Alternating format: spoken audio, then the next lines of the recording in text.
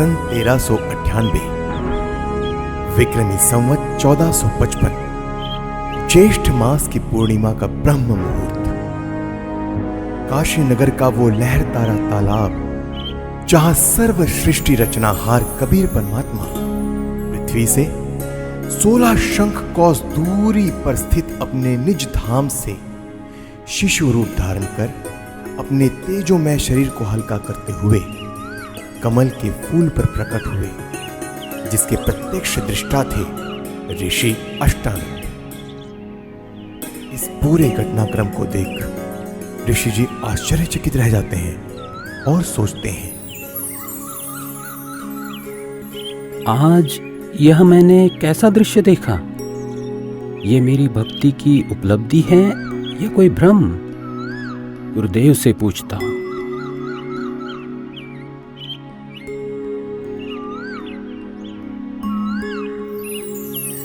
ऋषि अष्टानंद जी के गुरुदेव थे स्वामी रामानंद जी, जो कि विष्णु जी के उपासक थे और वैष्णव धर्म का प्रचार किया करते थे, जिसके लिए उन्होंने 1400 ऋषि शिष्य प्रचारक रूप में भी बना रखे थे।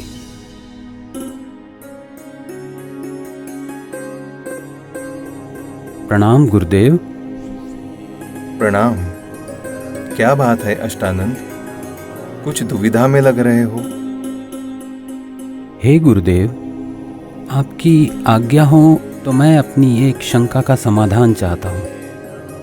कहो, क्या बात है? हे गुरुदेव, आज साधना करते समय मुझे आकाश से एक प्रकाश नीचे की ओर आते दिखा, जिसे मेरी आंखें सहन न कर सकी और आंखें बंद हो गई, जिसके बाद मेरी आंखों के सामने एक नवजात शिशु का प्रतिबिंब बन गया। पुनः आंखें खोली तो वह प्रकाश तालाब के एक कोने में सिमटता हुआ दिखाई दिया। हे गुरुदेव, कृपया मेरी शंका का निवारण कीजिए। यह मेरी भक्ति की कोई उपलब्धि है या कोई दृष्टि दोष? हे ऋषि जी, यह न तो भक्ति की उपलब्धि है और न आपका दृष्टि दोष। इस प्रकार की घटनाएं उस समय होती है जब ऊपर के लोकों से कोई देव पुरुष पृथ्वी पर अवतार धारण करने के लिए आते हैं और किसी स्त्री के गर्भ में निवास कर फिर बालक रूप धारण करके लीला करते हुए अपना अपेक्षित कार्य पूरा कर जाते हैं। अष्टानंद, कोई देव पुरुष ऊपर के लोकों से आया है। अब वह काशी नगर में किसी के घर जन्म लेकर अपना प्रारब्ध पूरा करेगा। स्वामी रामानंद जी ने अपने ज्ञान आधार से शिष्य अष्टानंद जी की शंका का समाधान किया। स्वामी जी का मानना था कि अवतार मां के गर्भ से ही जन्म लेते हैं, लेकिन स्वामी जी को यह ज्ञान नहीं था कि यहां कोई अवतार गण नहीं, बल्कि स्वयं पूर्ण परमात्मा अवतरित हुए हैं, जो किसी माता के गर्भ से जन्म नहीं लेते। वहीं दूसरी ओर काशी में ही नीरू नीमा नाम के एक मुसलमान जुलाहा दंपति भी रहा करते थे। वैसे तो इसी जन्म में वह ब्राह्मण और ब्राह्मणी थी। नीरू का नाम गौरी शंकर और नीमा का नाम सरस्वती था। उनकी कोई संतान भी नहीं थी। वह भगवान शिव की भक्ति करते थे और शिव पुराण की निस्वार्थ कथा किया करते थे। उनकी इसी निस्वार्थ सेवा और हिंदू धर्म के बढ़ते प्रचार को देख मुस्लिम लोगों द्वारा जबरदस्ती उनको मुसलमान बना दिया गया, जिसके बाद हिंदू धर्म के ही अन्य पंडित ब्राह्मणों ने उनको मुसलमान घोषित कर उनका कथा करना और गंगा दरिया में स्नान आदि करना बंद कर दिया, जिसके बाद नीरू और नीमा रोजाना लहरतारा तालाब पर स्नान करने जाने लगे। भले ही उनको मुसलमान बना दिया गया था, परंतु अब भी भगवान शंकर के प्रति उनकी अटूट श्रद्धा थी। प्रतिदिन की तरह ब्रह्म मुहूर्त में आज भी नीरू और नीमा लहरतारा तालाब पर स्नान करने जा रहे थे। संतान ना होने के कारण नीमा अपने भगवान शिव शंकर जी से रोते रोते हृदय से प्रार्थना करते हुए जा रही थी। हे भगवान शंकर, आपके दरबार में लालों की कमी है। एक लाल मुझे भी देते तो मेरा इस संसार में हिस्सा हो जाता। नीमा, हमारे भाग्य में संतान नहीं है। अगर होती तो भगवान पहले ही दे देते। आप रो मत। ऐसे रो रो कर अपनी आंखें खराब और कर लोगी। हमारा कोई उंगली पकड़ने वाला भी नहीं है इस दुनिया में। इसी प्रकार आपस में चर्चा करते करते नीरू और नीमा लहर तारा तालाब पर पहुंच जाते हैं, जहां पहले से ही कमल के फूल पर परमात्मा प्रकट हो चुके होते हैं। प्रथम नीमा स्नान करके तालाब से बाहर आती है, फिर बाद में नीरू स्नान करने के लिए तालाब में प्रवेश करता है। जब नीरू स्नान कर रहा होता है तब नीमा पहले वाले वस्त्र धोने के लिए पुनः किनारे पर आती है और उसे सामने कमल के फूल पर कुछ हिलता नजर आता है। इसे देख नीमा सोचती है कि कोई सर्प फन हिला रहा है।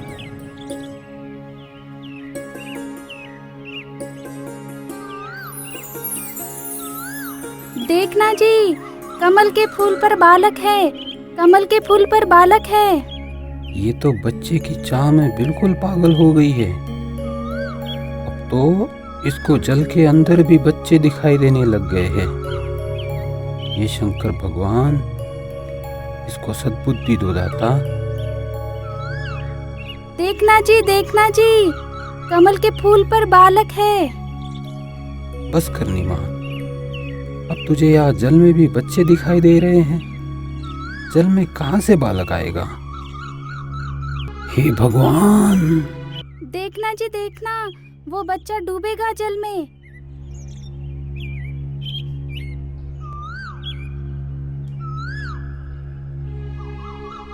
यह बालक पता नहीं किसका है। अब इसको हम घर लेकर जाएंगे तो नगर के लोग पूछेंगे कि किसका बालक चुरा कर लाए हो। हम बताएंगे कि कमल के फूल पर मिला तो कोई यकीन नहीं करेगा।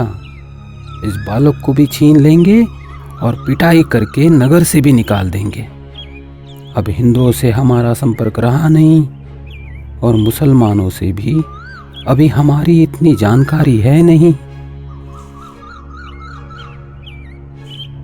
नीमा, इस बालक को यही छोड़ दे, इसी में हमारी भलाई है। अगर इसे लेकर हम नगर में गए तो हमारे साथ बहुत बुरा होगा। कोई विश्वास भी नहीं करेगा हम पर। नीरू नीमा को सारी स्थिति से परिचित करवाता है, जिसके बाद नीमा बोलती है, पता नहीं इस बालक ने मुझ पर क्या जादू कर दिया। इसे त्यागना अब मेरे वश में नहीं है, क्योंकि इस बालक ने जो मेरे अंदर आकर्षण पैदा किया है, उसी की वजह से अब मैं इससे दूर नहीं हो सकती। मैं मर सकती हूँ लेकिन इसे नहीं छोड़ सकती। नीमा, तू बहुत जिद्दी हो गई है।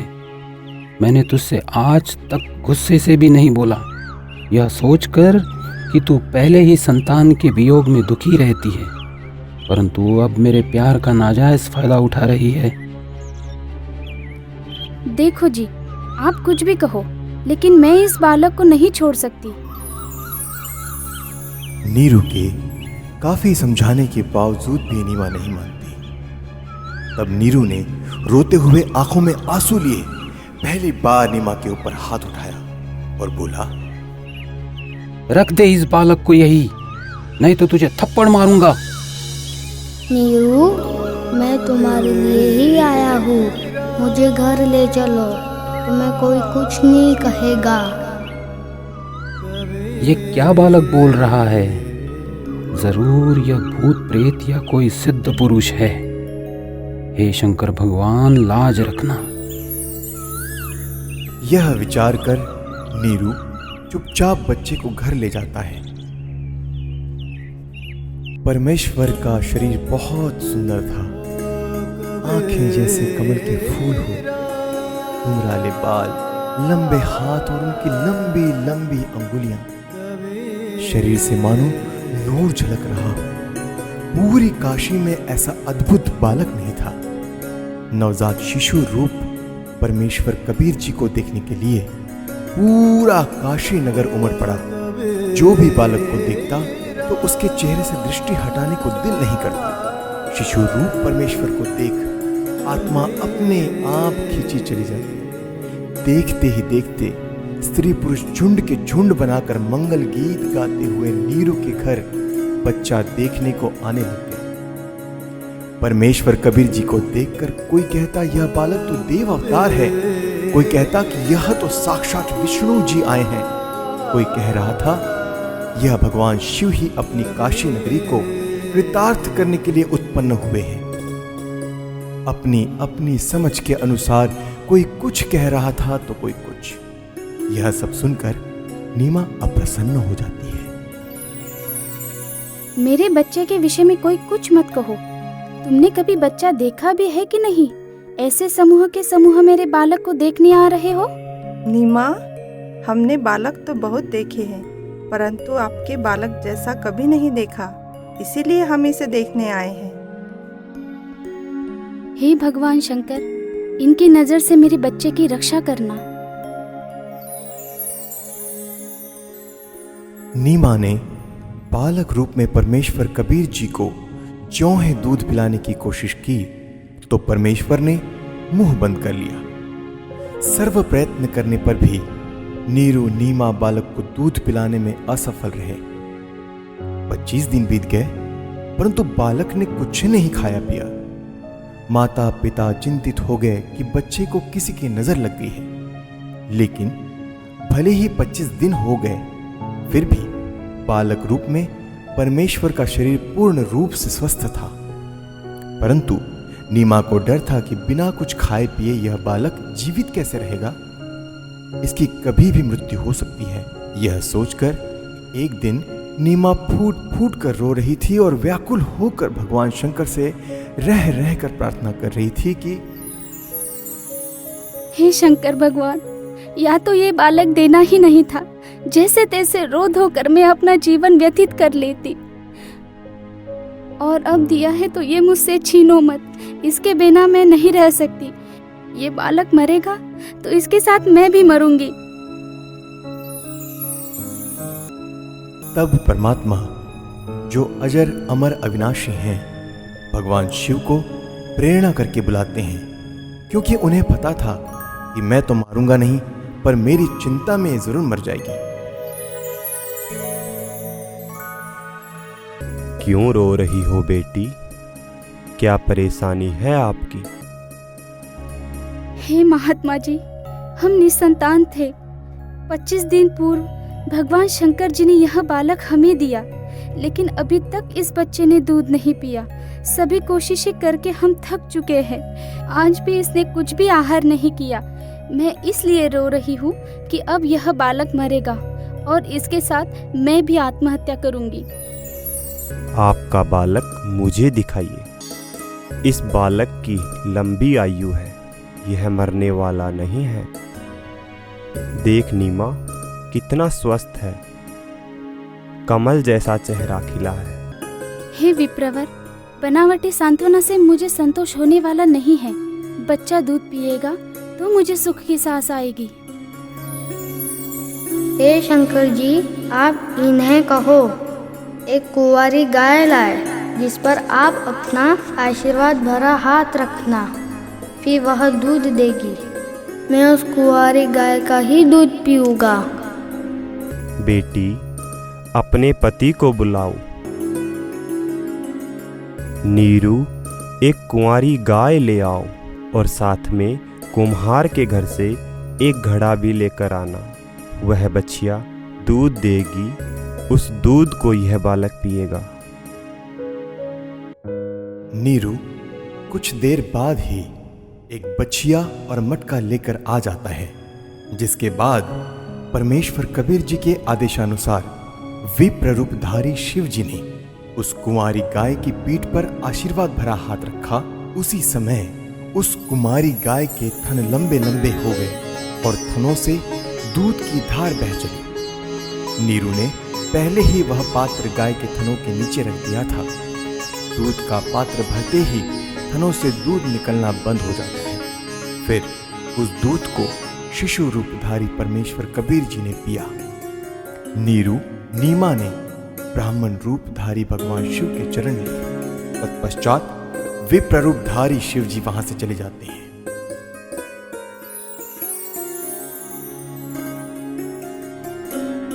नीरू नीमा पहले हिंदू ब्राह्मण ब्राह्मणी थे, तो लालचवश ब्राह्मण लोग बालक रूप परमेश्वर का नाम रखने नीरू के घर आते हैं। लेकिन मुसलमानों का दबदबा होने के कारण उनसे हिंदू समाज दबता था। काजियों ने कहा कि अब यह मुसलमान हो चुके हैं, लड़के का नामकरण हम मुसलमान विधि से ही करेंगे। इतना कहकर नामकरण के उद्देश्य से काजी कुरान शरीफ को खोलता है, जिसमें प्रथम पृष्ठ की प्रथम पंक्ति का प्रथम अक्षर कबीर लिखा मिलता है। काजियों ने सोचा कि कबीर नाम का अर्थ बड़ा होता है, तो एक छोटी जाति के बालक का नाम कबीर रखना उचित नहीं रहेगा। यह सोचकर काजी द्वारा पुनः पवित्र कुरान शरीफ को खोला गया, तो दोनों पृष्ठ पर कबीर कबीर अक्षर लिखे मिले। इसके बाद काजी ने पूरी कुरान शरीफ का निरीक्षण किया, तो पूरी कुरान शरीफ में कबीर कबीर कबीर अक्षर लिखा था, अन्य लेख नहीं रहा। यह कोई साधारण बालक नहीं है, इस बालक ने कोई जादू जंतर करके हमारी कुरान शरीफ को ही बदल डाला। हे काशी के काजियों, मैं कबीर अल्लाह अकबर हूँ। कल युग में मेरा नाम कबीर ही रहेगा।